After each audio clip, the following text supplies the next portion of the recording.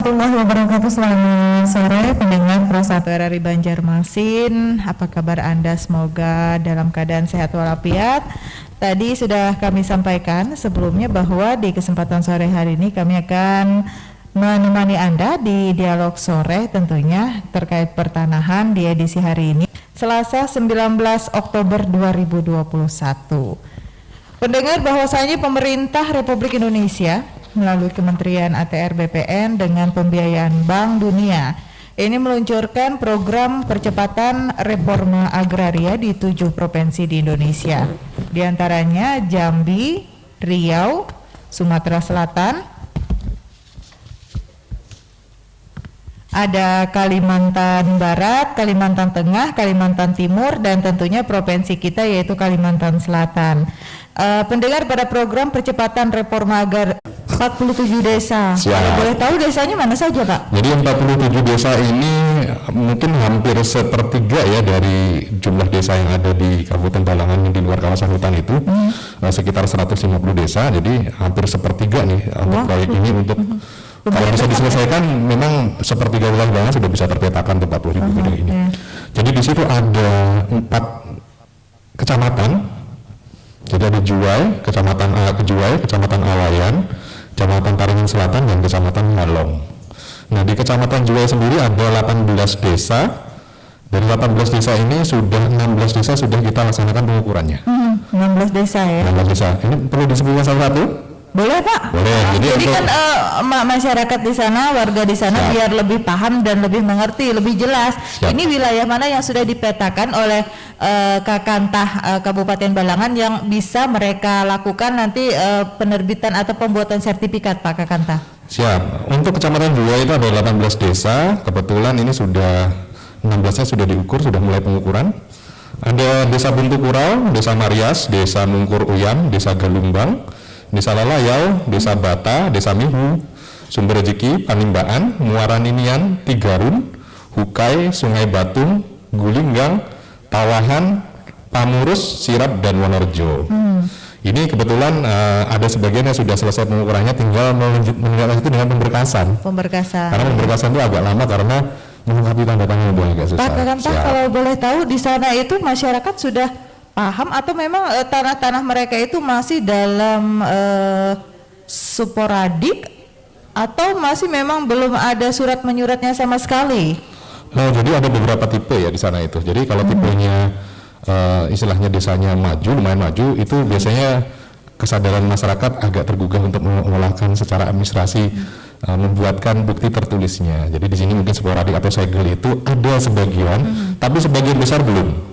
Jadi betul. Lebih banyak yang belum daripada yang sudah. Betul, ya? Karena rata-rata mereka dapat dari warisan atau pembelian itu dilaksanakan secara lisan atau di bawah tanah, jadi belum dibikinkan bukti tertulis. Jadi kebanyakan kemarin yang diukur, yang ditunjukkan tanahnya itu di keempat kecamatan ini rata-rata memang belum bersurat gitu loh. Jadi dengan tim Poldatam yang ada di desa, coba kita bantu kemarin untuk pelaksanaan pengukuran sehingga mendapatkan kepastian objeknya ya, baik luas maupun letak tanahnya, koordinatnya ada. Nah setelah itu tim Poldatam juga membantu masyarakat untuk membikinkan sporadiknya, surat pernyataan penguasaan fisiknya, sehingga bisa masuk ke database kita, sehingga bisa masuk nanti tahap kedua nanti untuk sertifikasinya. Iya.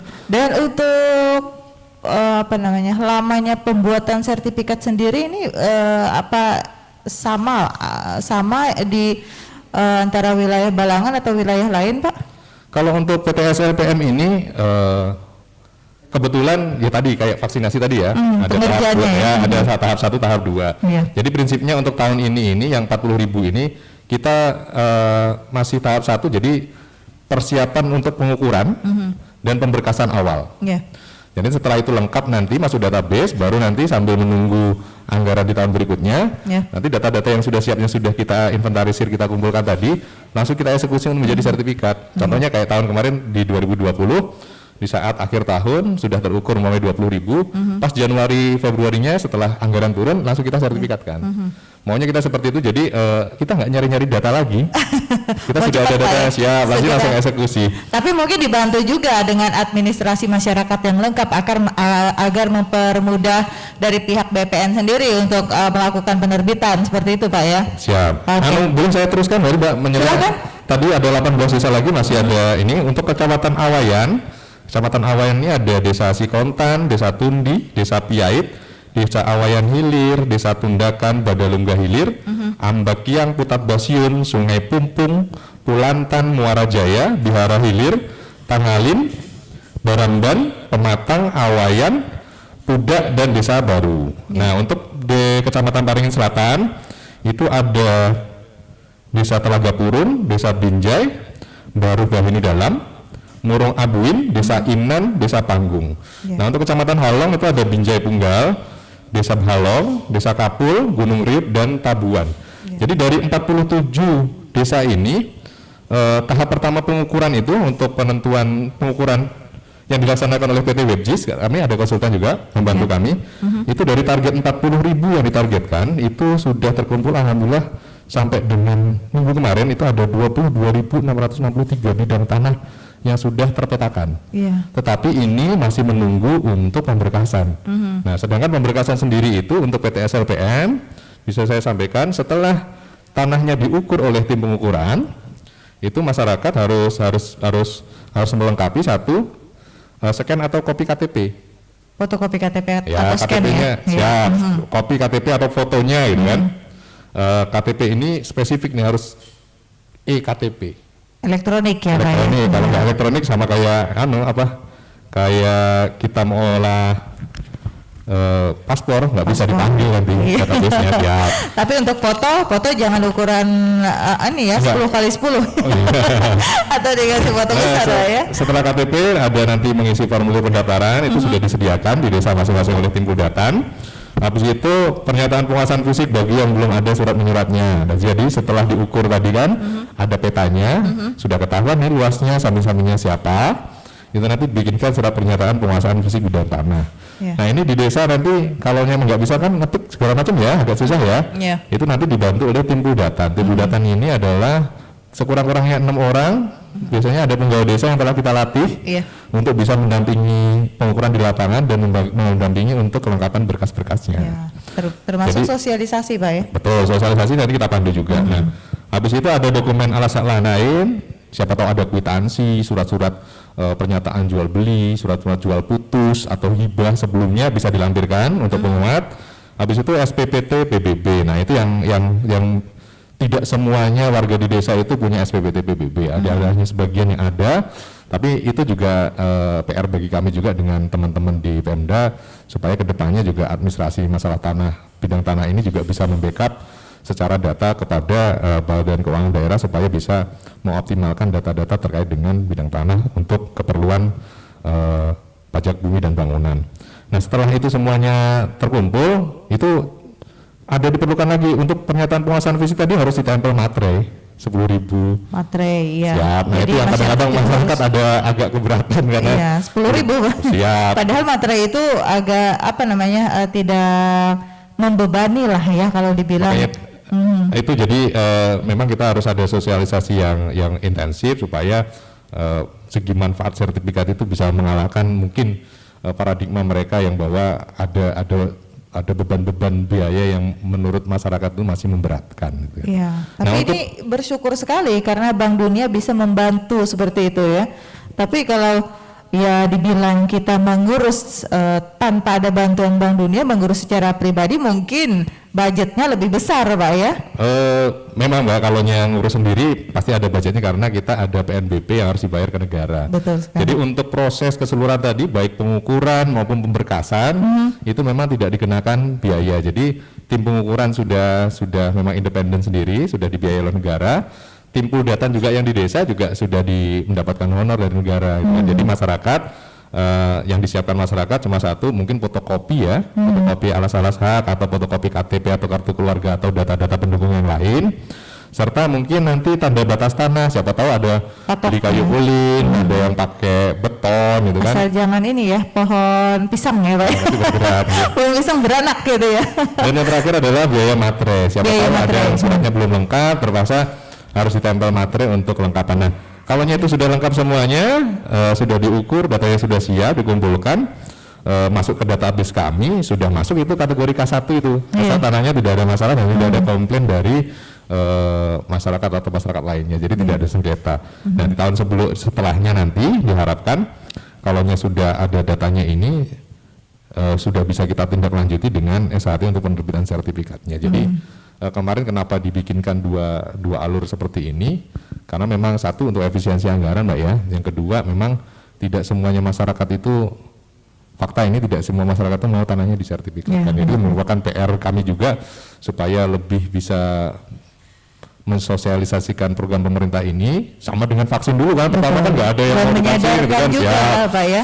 Menyadarkan juga bahwa ini loh sertifikat ini penting sekali. Iya kalau mungkin untuk kedepannya, kalau untuk sekarang mungkin bagi beliau itu tidak penting, tapi kedepannya kan buat anak cucu juga nanti kedepannya. Betul. Jadi karena saya melihat juga potensi ekonomi di Kabupaten Balangan, di situ juga sudah mulai bergerak. Tentunya masyarakat juga perlu mempersiapkan diri. Yaitu tadi seperti kata Mbak bilang, memang bukan untuk kita mungkin, tapi untuk anak cucu kita lebih enak nanti. Sama seperti kita dibikinkan akta kelahiran oleh bapak ibu kita kan. Alhamdulillah kita nggak ngurus gitu kan. Tapi kalau kita ngurus sendiri kan capek gitu kan. Capek Pak, bolak-balik.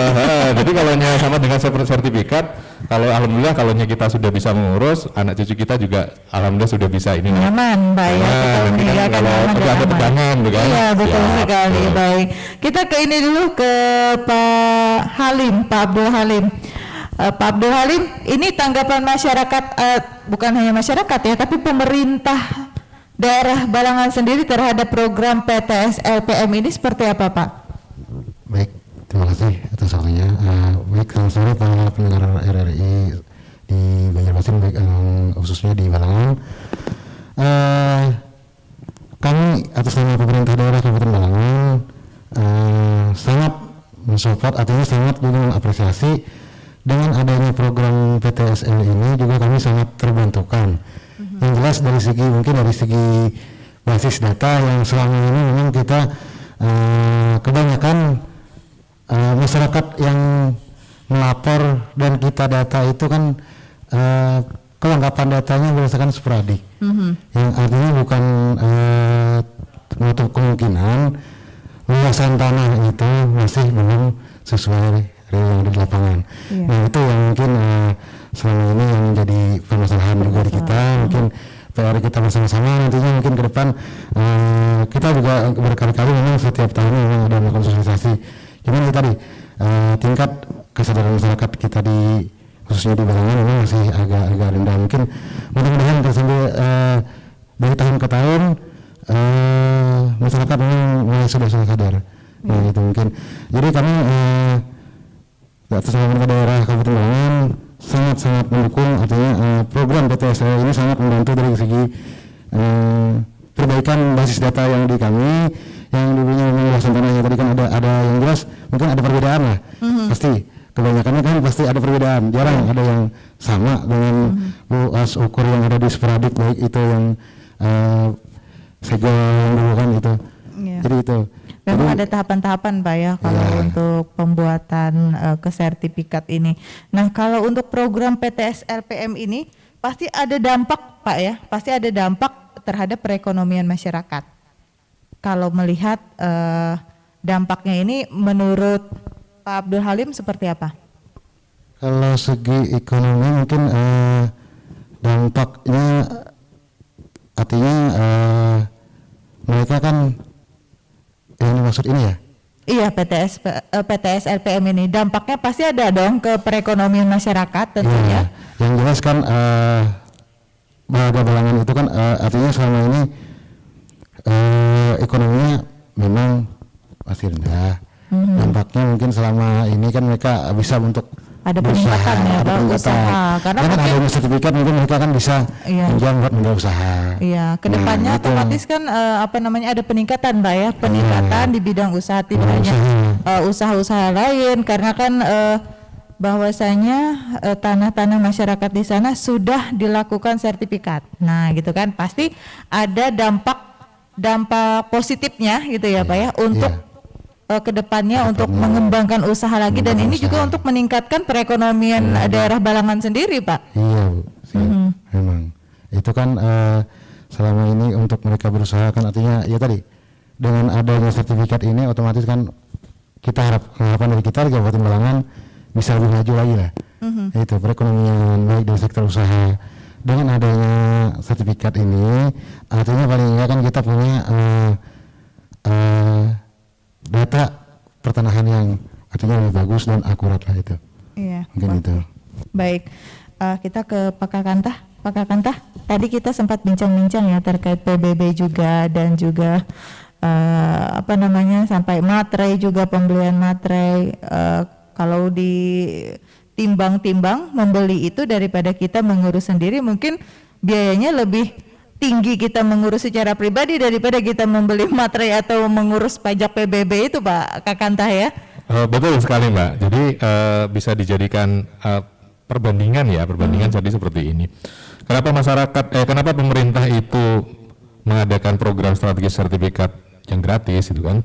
Karena memang kalau yang ngurus sendiri memang mahal gitu. Jadi contoh seperti ini, kita mengukur tanah 2 hektar saja. Kita harus mengeluarkan sekitar 2.100.000 untuk pengukurannya saja. Habis untuk pemeriksaan tanahnya masih sekitar 700. Jadi total itu untuk tanah 2 hektar pertanian itu harus merogoh kocek istilahnya kan.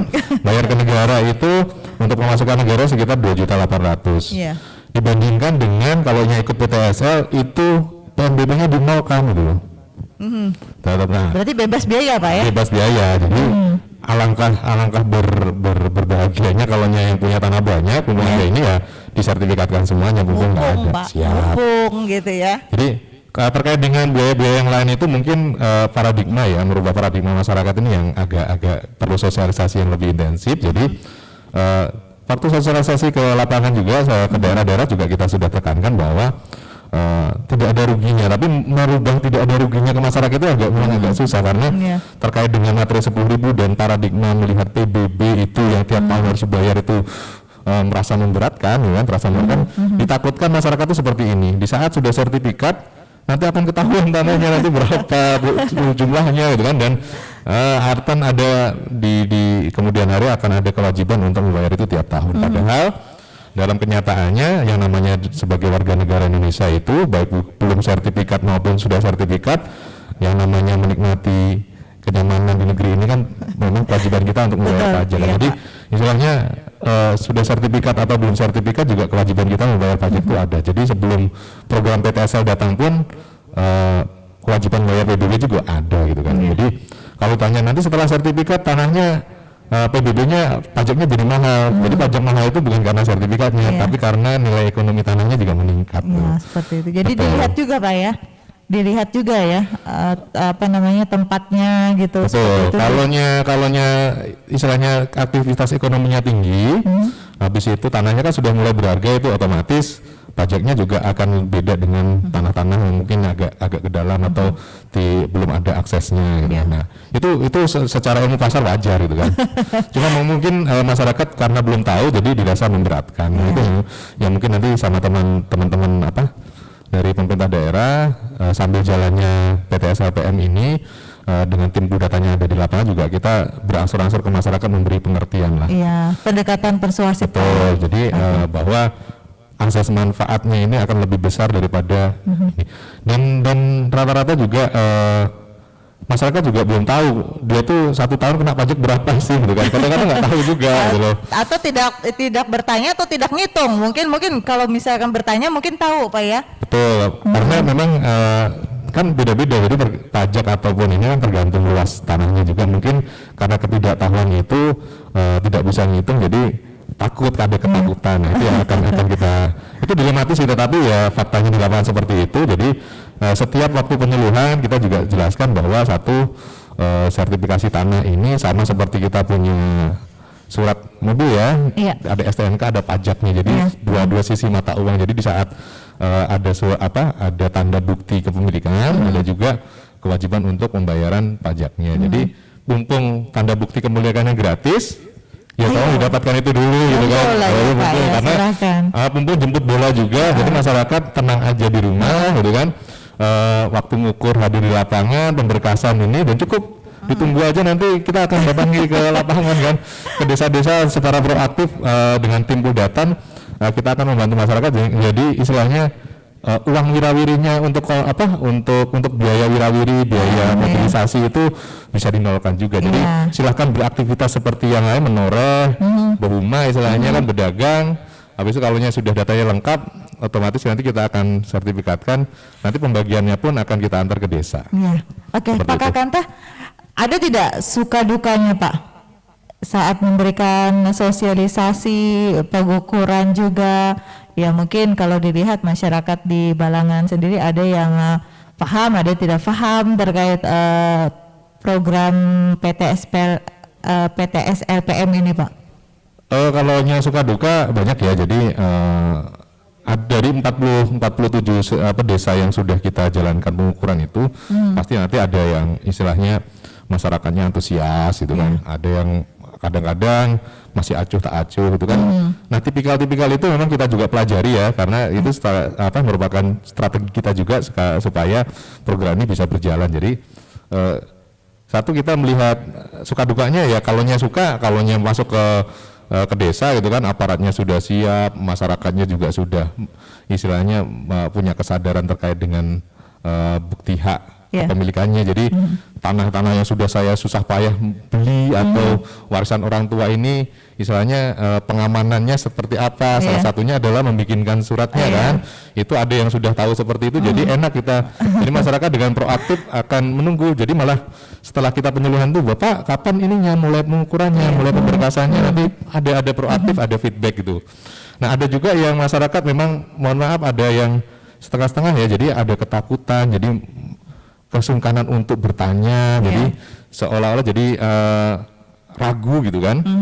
Jadi dalam satu desa itu tidak maksimal pun juga kadang-kadang aparat desanya juga belum sepenuhnya mengerti kan. Jadi itu merupakan penghambat juga, salah satu penghambat. Tapi dengan adanya koordinasi, mudah-mudahan itu juga bisa kita jalankan. Pak Kakanta, nanti kita lanjutkan lagi bincang-bincang kita terkait program PTS LPM ini. Ini sudah ada pendengar yang ingin bergabung, kita sapa. Halo, selamat sore. Halo, selamat sore, Pak Ahmad di 47. Selamat sore Pak Ahmad di 47, silakan Pak Ahmad. Iya, untuk bertakwan sedikit sesuatu yang sensitif ya lah. Nah, tadi ulun melihat kalau salah itu ada sumbernya dari Balangan kah? Dari Balangan ya Pak Ahmad. Ini kan Balangan ini kita kaya raya gitu. Kaya dengan karet dan juga ini ya, tambang ya, hasil tambang. Karet ya. Nah, ini kayak apa? Beban, ulun pakai Banjarnya pula nah. Kayak apa penataannya supaya jangan sampai nanti yang ngarannya batu bara itu terlalu meluas sehingga daerah-daerah yang produktif pertanian maupun perkebunan seperti karet itu kadang hilang gitu. Kalau kita lihat kan sudah misalnya di Banjar, Kabupaten Banjar itu perumahan aja. Jadi sudah kita rumahnya tuh jadi rumah, jadi kantor, jadi ruko, jadi pasar, lain-lain. Nah, kayak apa itu penataannya juga untuk Kabupaten Balangan nih, supaya jangan sampai nanti tanah-tanah produktif itu habis lawan batu baranya gitu. Nah, kira itu aja lah. Karena kalau kita bongkar terus kan timbul banjir pulang ya. Kayak tahun kemarin ampun dah banjirnya, supaya semuanya aman ya. Aman dan nyaman serta mungkin sesuai dengan daya dukung lingkungan. Nah, itu aja. Assalamualaikum. Waalaikumsalam warahmatullahi wabarakatuh Pak Ahmad 47. Ini terkait tanah ini Pak.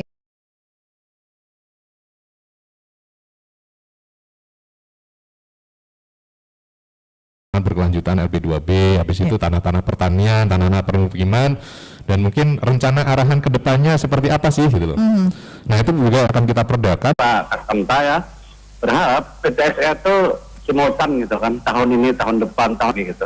Ya tentu ujung-ujungnya ini mbak mengacu kepada anggaran juga gitu kan, bagaimana ini bisa disiasati. Nah tentu Pak Kepala Kantor dan bersama dengan jajaran tentu bisa berkomunikasi dengan pemerintah daerah gitu kan, menindaklanjuti kebijakan pemerintah pusat ini dalam rangka semangat dan tekad reformasi agraria kita ini.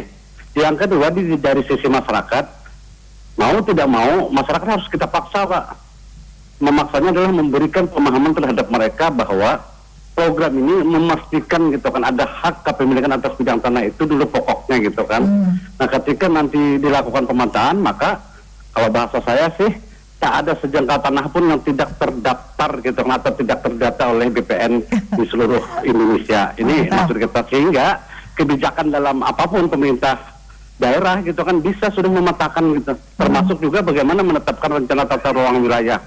Kemudian juga dari hasil ini tentu ada bergaining kan, oh pemerintah daerah tidak semena-mena menetapkan RT RW dan lain sebagainya. Kemudian anggota dewan kan untuk melihat persoalan ini kan juga jelas, datanya lengkap gitu kan.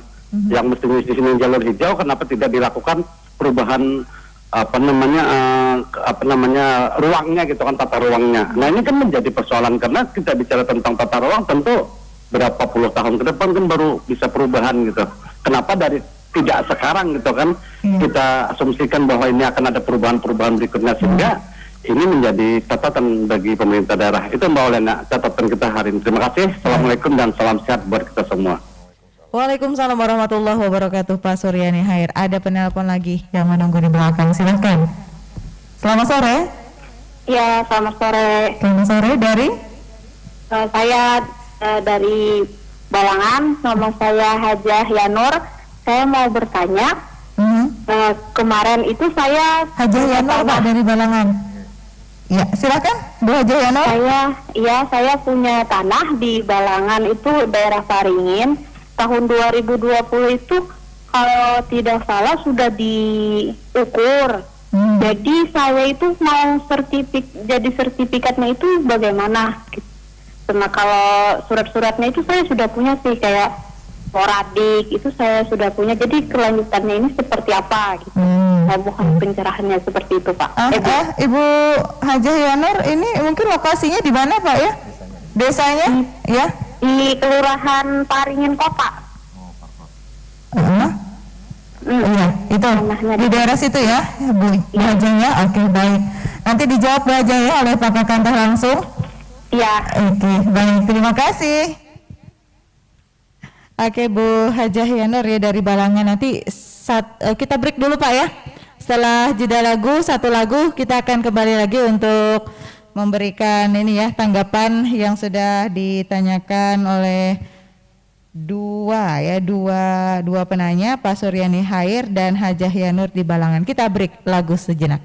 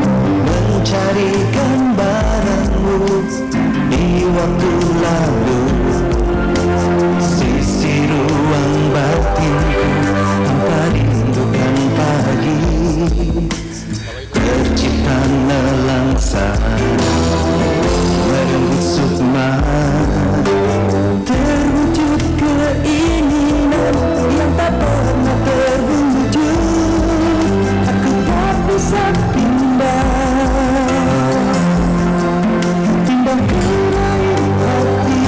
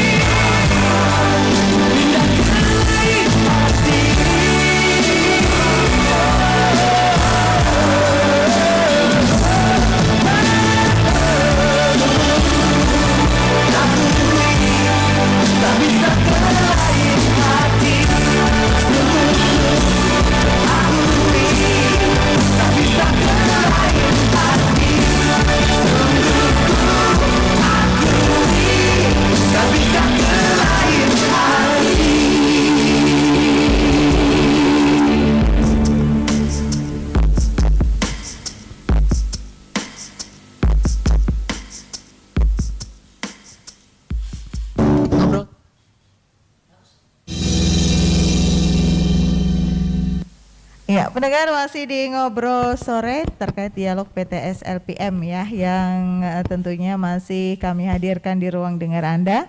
Tadi sudah ada 2 penelpon yang bergabung menanyakan terkait PTS LPM ini, yang mana menanyakan tentang simultannya, anggarannya, komunikasinya dengan pemerintah daerah, dan juga pemahamannya kepada masyarakat. Dan juga ada Ibu Hajah Yanur ya dari Balangan ini punya tanah di Paringin dan sudah diukur, tapi gimana cara pengurusannya? Pak Kakantah dulu. Iya siap, pada Pak Surani Hair Banjarmasin ya, alhamdulillah. Ini kalau saya pantau tiap minggu ini masukan SID ini banyak Bu, tiap minggu pasti menelepon beliau. Alhamdulillah, terima kasih, ini pemerhati pertanahan ini. Iya. Jadi untuk simultan anggaran Pak, jadi memang kita bersinergi dengan pemerintah daerah juga. Satu, ya pasti balik lagi tadi saya sebutkan renstra kita sampai 2024 itu didaftarkan semuanya. Jadi pasti seluruh Indonesia secara nasional sudah dipikirkan itu anggarannya supaya bergulir. Makanya ada yang bersumber dari DIPA langsung, ada yang dari loan Bank Dunia. Jadi itulah wujud, istilahnya wujud kesungguhan pemerintah untuk menyelesaikan ini. Jadi terkait dengan mungkin tadi kenapa ada tahap 1-2, yaitu bagian dari strategi ya. Jadi intinya nanti 2024 itu sudah tersertifikasi semuanya.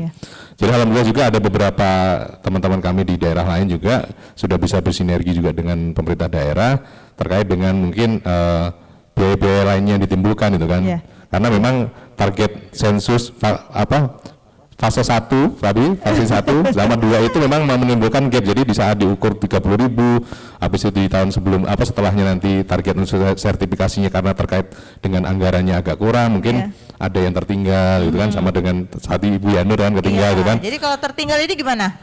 Jadi terkait nanti saya jelaskan ini. Untuk kesimultanan memang di kedepannya kita juga harus bersinergi dengan pemerintah daerah. Kita juga baru memulai ini, misalnya plus minusnya seperti apa ya. Syukur-syukur nanti kalau pemerintah daerah Balangan juga bisa membackup sepenuhnya terkait dengan ini untuk membantu apalah gitu kan di lapangan, mungkin materinya atau seperti apa kita harapkan itu. Tapi kan itu hitungan biaya juga Mbak ya. Mudah-mudahan ada dianggarkan gitu. Tapi tidak terlalu banyak gitu Pak ya. Oke, sebentar Pak dijawab, kita angkat dulu telepon yang sudah bergabung. Halo, selamat sore. Selamat sore. Ya, dari? Dengan Muhammad Rian di Banjarmasin. Pak Rian di Banjarmasin. Oke, silakan Pak Rian. Yang kita tanyakan begini Pak, apakah ada undang-undang yang membolehkan itu Pak, salah seorang atau seseorang lah bisa membeli lahan atau tanah itu sebanyak-banyaknya Pak. Kalau memang sebanyak-banyaknya, yang juga ingin memiliki lahan kan berarti terbatas Pak. Itu lahan apa dulu Pak Rian? Kalau misalnya kan seorang yang punya duit banyak Pak, dia bisa membeli tanah sebanyak-banyaknya, padahal kan juga orang lain juga ingin. Apakah itu ada memang bahwa membolehkan tidak terbatas dia memiliki tanah seberapa dia punya duit sebanyak. Yang kedua kan ini sering kan terjadi sengketa lahan Pak, sengketa lahan di luar daripada Kalimantan Selatan itu kan sampai terjadi korban jiwa sengketa lahan. Nah, yang kita pertanyakan juga ini masalah ini Pak, aset daerah Pak, ya tanah yang kebetulan maksudnya tanah kosong yang dikelola oleh masyarakat setelah diambil alih kembali, itulah Pak yang sering terjadi keributan karena merasa sudah lama. Itu bagaimana Pak cara mengelola aset yang tanah kosong sudah berjuang bisa lagi dikembalikan menjadi aset daerah. Itu aja Pak, assalamualaikum warahmatullahi wabarakatuh. Waalaikumsalam warahmatullahi wabarakatuh. Ada lagi? Satu lagi, oke cepat ini. Oh, bisa ya. Nanti dijawab cepat aja sama Pak Kakantahnya. Ini antusiasnya banyak sekali ini Pak Kakantah ya. Halo. Oke, putus. Oke, baik, kita tunggu. Karena ini waktunya juga terbatas ya. Kita jawab dulu, tapi sebentar Pak Kakantah sebelum dijawab, ini pastinya sebelum pembuatan sertifikat ini ya, pasti ada keterkaitan dengan PBB. Ya. Dengan PBB. Nah ini seperti apa Pak Abdul Halim, silahkan. Ada lagi? Oke. Baik, silakan kita sapa. Halo, selamat sore. Halo, selamat sore. Oke, baik. Halo, ya selamat sore. Ya. Selamat sore, dengan siapa? Dengan Ibu Dahlia. Ibu Nadia di? Dahlia Bu. Oh Ibu Dahlia di mana Ibu Dahlia? Iya, Saya ini tadi kan saya dengar ini Balangan ya? Iya, dari Balangan. Itu ada desa Sikontan punya saya itu udah siap diukur kudatannya, pengumuman kan aparat desa yang memadahi ya, yang ngasih tahu sudah siap diukur, jadi itu apa-apa yang bisa disiapkan. Oh, persyaratannya ya Pak, Ibu ya? Iya, persyaratannya. Terus atau ada biaya atau apa berapa gitu. Ya. Ibu Dahlia tinggalnya di mana Ibu Balangan? Di Sikontan, desa Sikontan, Kecamatan Awayan. Awayan. Tanahnya di mana Ibu? Di desa Sikontan. Oke, baik. Ya, bisa langsung ditangkap oleh Pak Kakantah ini karena beliau yang menguasai tanah di sana. Saya ada pertanyaan satu lagi, boleh Ibu? Ya, silakan. Iya, itu saya punya tanah kan ada lebih dari 5. Waduh, banyak sekali Bu ya. Bagi saya satu nanti Bu. Kalau ya warisan orang tua Bu. Terus kalau mau disertifikatkan itu katanya cuma harus 5 apa gimana, apa boleh dari 5 Bu? Oke, baik. Itu aja. Itu saja. Iya, terima kasih Bu. Baik, terima kasih Bu. Dan dia di Balangan. Oke, kita langsung kita close ya untuk penanya di kesempatan sore hari ini. Saya tanya dulu terkait PBB dulu ke Pak Abdul Halim. Nanti setelah itu baru sisanya dijawab Pak Kakantah nanti dengan cepat dan waktu yang sesingkat-singkatnya Pak ya. Silakan Pak Abdul Halim. Baik, dari rumah yang ada di Banjarmasin maupun di Balangan, mungkin selama ini masyarakat masih banyak yang belum memahami atau yang belum mengerti terkait kaitannya PBB dengan sertifikat. Selama ini kan artinya baik itu bersertifikat ataupun tidak, itu kan tetap kewajiban membuatkan artinya dikenakan PBB lah. Jadi jangan takut, artinya setelah adanya sertifikat pajak bermahal, itu tidak. Kondisinya gini, setelah adanya sertifikat mungkin kan ada perbedaan di luar sana aja, mungkin itu.